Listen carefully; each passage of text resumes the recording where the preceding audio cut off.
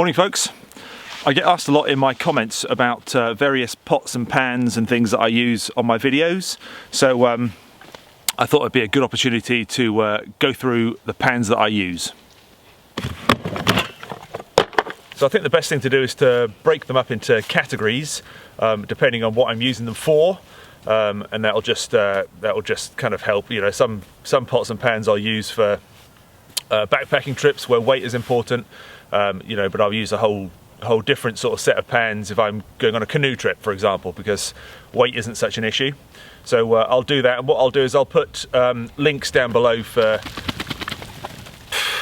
thanks Mags and I'll put links to where you can get hold of them in the description box below. Now the other thing is, some of the pots and pans that I use kind of cross over, so pots that I might use over a fire when I'm out kind of bushcrafting, if you like, they might also be pans that I take with me on a backpacking trip, just because they're small and fairly light. So what I'm going to do is start with kind of bushcraft pots, and we'll take it from there. Okay, first up is my good old 12cm Zebra Billy can. I love this Billy can, and I use it the most out of all my pots and pans. It's a good size for one person. It's completely distorted in shape. You know, that used to just slot down in there really easily, but you know, it's been well used and it's been over hot fires, and what happens is the steel distorts after a while, which is why it's that shape. I've tried to bend it back, but to be honest, it doesn't really matter. The lids still go on, and it still works perfectly well. I've got two of these. If you've seen my bug out bag video, you'll see I have one in there as well. You know, they're great. They're inexpensive, and they're absolutely bomb proof.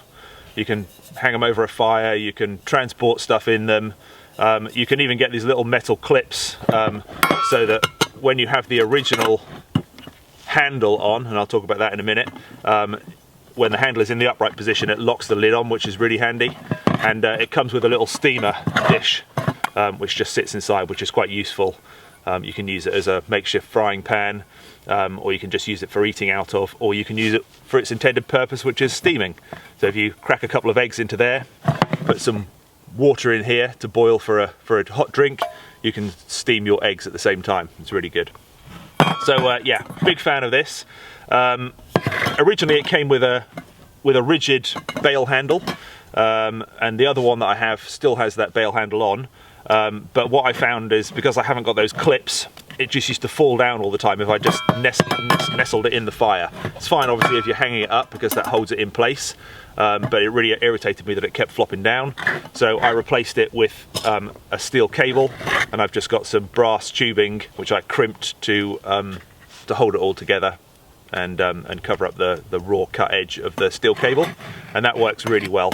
It stays put, it stays in place, and the other bonus is that you can fold it down like this, and it doesn't take up any more space than the pot itself, whereas the original bail handle sticks out a bit, and it takes up a little bit more room, so it, you know, it's just a little bit harder to pack. Now while we're talking about Zebra, I also have a bigger one. This is the 14cm, and again it has your little insert just as the 12cm, and this is a good size for sort of group cooking. You know, if I'm just going out by myself, I'll take this. If I'm going out with Tom, or I'm going out with other people, I'll take this, just because you can get a bit more food in it.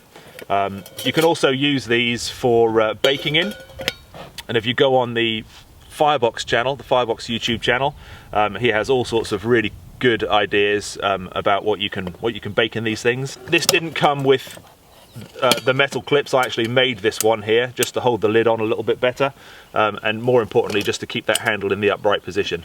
Without that on there, like I said before, it just flops down. So 14cm, 12cm, and the other pot that I use for kind of bushcraft is my cup. This is a stainless steel Pathfinder Cup from Dave Canterbury's Pathfinder school, and again inexpensive. It comes with a nice little lid here which has these slots cut out, and the reason for that is that you can use a fish spreader, a fish mouth spreader, as a handle, a bail handle, to hang it up over your fire. And yeah, a really good robust pot. It's got markings on the inside for measurements, 500, 600, 700 millilitres, and the same in ounces. And yeah, just really good. Handles fold down flat. Yeah, good pot. I'm a big fan of stainless steel. I've had various titanium pots over the years, and I just find them a bit trickier to cook in. They're obviously lighter, which is a good thing, but yeah, for cooking over a fire, it's I just find stainless works better for me, but that's just personal choice. I have another cup which I use for bushcrafting, and that's the old Crusader Cup. It's made by BCB, but it's British Army, and it's designed to take the British Army water bottle that just nests in there nicely, and again, stainless steel, bomb-proof, really good. I love the handle on it. It's got a nice big handle, which just sort of stays in that position because of this little bar. One of the handles has like a bar on it, and that just holds the handles nicely together.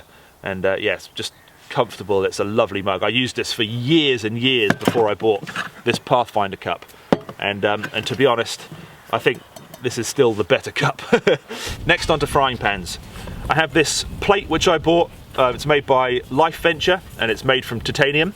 It's pretty good, but as I said before, you know, titanium is quite tricky to cook on, being so thin. And you have to be very careful not to burn stuff in it. The nice thing about this is that you can make a handle for it out of a stick, and if you go across to MCQBushcraft's channel, you'll see him using that all the time. And it's a disposable handle. You just cut a slot in it with your saw, and it just fits over the side of the pan like this, and you don't have to carry it with you because you can just make one each time. But yeah, that's really good. To be honest, I use that more as a plate, which is what its intended purpose is. But it is useful as a makeshift frying pan for those times when you just need a bit of extra cooking space. And then finally, the other pan I use is this one here. This is a cast iron skillet, and I get asked quite a lot about this in the comments. This is a Mexican fajita sizzler, and I got this out of the German supermarket store Aldi, although I think Lidl's do them as well from time to time. And what you need to do is you need to look out for their Mexican specials week. It's really good. It's compact, it's quite flat, so it packs nicely, and yeah, it's got a bit of weight to it because it's cast iron, but I don't mind carrying that extra weight. That's worth it for me, just for how much more versatile this is for cooking on. I absolutely love it. So that goes with me often on bushcraft trips. It even goes with me on backpacking trips sometimes. I'll just I'll save weight in other areas and take this just because I love it so much. So that is my bushcrafting basic pan kit. I won't necessarily take everything on every trip, you know. Sometimes I might just take this, sometimes I might take this in my cup. You know, it really depends on what I'm doing, what I'm planning on cooking, okay? But those are the sort of things that I would turn to if I know I'm going on a more of a sort of bushcrafting sort of weekend or camp. That's the gear I'll take. So next up are much lighter weight pans that I take backpacking, where I don't want to carry the extra weight. So when weight is an issue, I'll usually go with my Pathfinder Cup.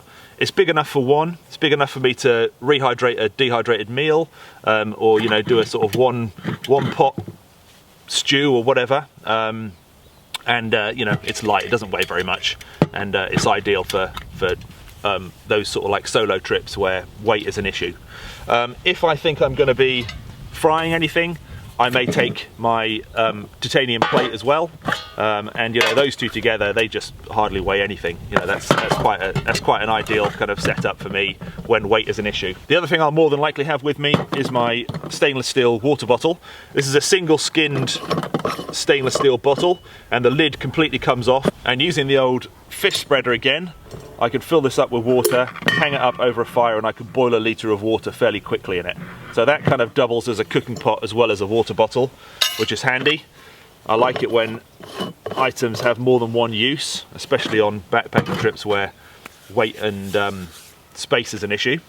Now, if I think I'm not going to be using wood as a fuel, I may end up taking this with me. I'm sure you've seen these before. This is a Trangia cook system. It's a methylated spirit stove, and all the pans and everything are all included, sort of packs away in itself. It all nests together. So you get a handle. The lid here is a frying pan. You get a kettle. Then inside the kettle is the burner, and then you get a couple of stainless steel, in this case, pans. They're not always stainless steel, they're often aluminium. It's just I happen to have the stainless steel version, and yeah, it's really good. These days I'm more and more likely to be using wood as a fuel, just because of where I tend to be and where I tend to go on backpacking trips. But you know, there are times when it's just not practical, or there just isn't wood. So you know, this might be the sort of thing I'd take with me then, just because it's compact and it's reasonably lightweight, and everything I need is in there and it all nests together. The only other thing I need to take, obviously, is a fuel bottle with some methylated spirits in. So I've included that in backpacking as well, because I do occasionally use that. And if I'm likely to be cooking for more than just myself, because the pans are quite small in this, I have this billy pot here with a bail handle, so I can use that over a fire if necessary, and the Trangia just nests nicely inside that, and the lid goes on. So I can beef that up to use in a group situation if need be. So next up is good old cast iron. I'm a big fan of cast iron. I love it for cooking in, but obviously the downside is weight. I'm only going to take it with me, to be honest, on trips where I haven't got to carry stuff far, or if I'm in the car or in my canoe. There's no disputing it, that's heavy. There's no way I'm going to put that in a rucksack and carry it for more than a couple of miles. But if I'm car camping, or if I'm in the canoe and I'm going to be cooking over a fire, there is nothing better than this thing for cooking a stew in, or a roast. I've done a roast lamb in here with roast potatoes and it came out absolutely beautifully. I've done bread in here. I've done a beautiful cornbread in here before. Cakes, oh, you name it, you can cook it in here. It's just a brilliant thing. And if you're not familiar with Dutch ovens, it works. You can either hang it up over your fire. Some people use it that way, but how I like to use it is to get a good bed of coals, sit this thing on top of the coals, and then pile loads of more coals on the lid on the top here. That's what this lip is for here. That's to keep all the coals in place. So you have heat from underneath and you have heat from on top, and you get a much more all-round heat for roasting. And that's kind of the idea behind them. Thus the name, an oven. So yeah, I love cooking in this thing, and it's just brilliant. This is a medium-sized Dutch oven. It's probably about 8 inches across, but it's certainly big enough for a roast or a stew or something like that for sort of 4 people. Originally this had 3 legs on, so you can sit it above the coals on your fire. I found them to be a bit of a pain.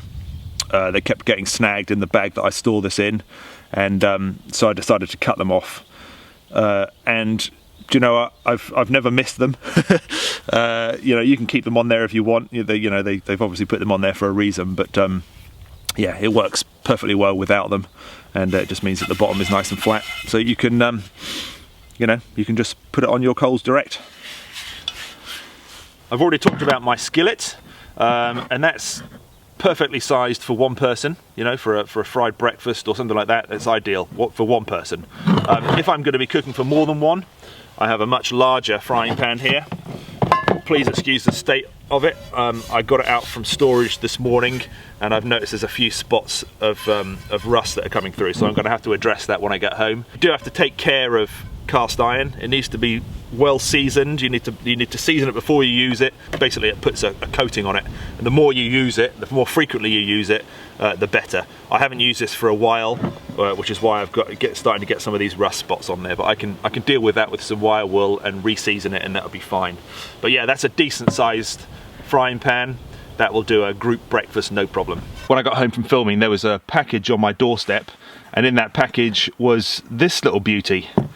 I entered a competition before Christmas, and I won the main prize, and this is what it was. It's a 1 litre Petromax Dutch oven, perfect for one person, or maybe 2 people for a small stew, and yeah, it's really nice, and considerably lighter than my other Dutch oven. So really looking forward to trying this out. The competition was run by Bushcraft and Survival Worldwide, which is a Facebook group, and Mike Walters did the competition and sent this out to me. So cheers, Mike.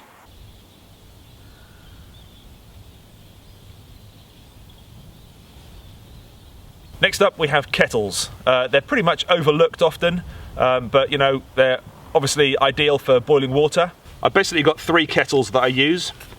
I've got this one which I showed you a minute ago, from the smaller of the Trangia cook sets. It's a decent kettle. It's shallow, which is ideal if you're cooking over a fire, because you have more surface area underneath heating the water, and the shape of it just it helps to bring water to the boil very quickly. And obviously having that handle, you can suspend it over your fire. So I have that one. I also have another Trangia kettle. This is from the larger Trangia cook set, which I haven't got, but I have got the kettle. And then finally, for times when there's a few of you, I have this kettle here. This is a Mermaid, and it's just brilliant. I bought this from an army surplus store, and I can't remember what it holds, but it holds quite a lot of water. You can fill this up, put that over the fire, and just leave that there, and you've got constant sort of hot water. Just keep topping it up. So those are the kettles I use. And lastly, I have a load of pots and pans that I use infrequently, to be honest, but they do get used, and they don't really fit quite into the other categories that I've discussed. So let's take a look at some of those now. This one here is a British Army catering tin, and I love this thing actually. It doesn't get used very often, but now and again it's perfect for what I need. The lid comes off, and the lid has handles which fold out like this, and you can use that as a frying pan. It's a decent sized square frying pan, all in stainless steel. The main cooking pot itself has a bail handle, so you can suspend that over a fire, and as you can see by the state of it, it's been used a few times that way, and you know, that will hold quite a lot of food. That's probably comparable in size to my Dutch oven, and a fraction of the weight. So yeah, that gets used from time to time. Next up, the good old British Army mess tin.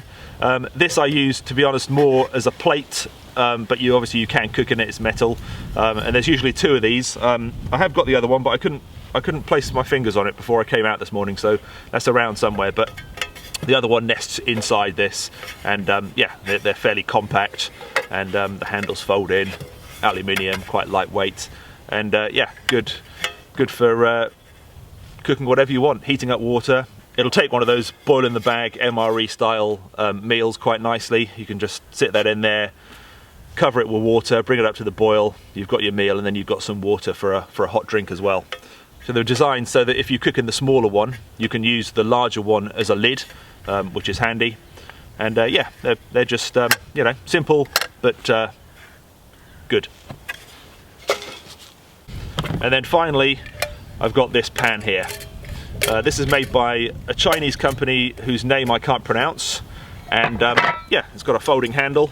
It's made from stainless steel, and it's got these locking clips and a lid with a seal. So you can put the lid on. You can cook in this. You can cook a meal, or you can take food with you out, ready to cook. Put the lid on, lock it on, and the contents are sealed in, and you can pack it away. Yeah, it's quite a useful little container. I do use this if I'm going to be taking something to camp that I've already prepared at home, and I just need to reheat it. It's just perfect for that, really. So that pretty much completes the pots and pans that I use currently. I'm a bit of a slave to kit, so you know, I'm frequently buying new bits and pieces and replacing things as I come across new bits of kit that I like. So you know, the stuff that I've shown you today, you know, in a year's time that may well be quite different, but that's what I'm using at the moment. Now, another thing that I'm dead keen on, and if you've watched any of my previous videos, you'll know this already, I like to have bags to keep all of my pots and pans in. Sometimes I make them, like this one here. Other times I've bought them, like this one here out of wax canvas. But you know, I like to put all of my gear away in bags. You know, they get used on the fire. They're often covered in soot, and you know, I don't want that soot being transferred to everything else in my rucksack. So just putting them away in a bag where that soot can be all contained, you can pack it away and not have to worry about it. Well, thanks for watching. I hope you've enjoyed the video. Thank you for all your continued support and all of your likes and shares and comments. It means a huge amount to me. Take care, and I'll see you soon.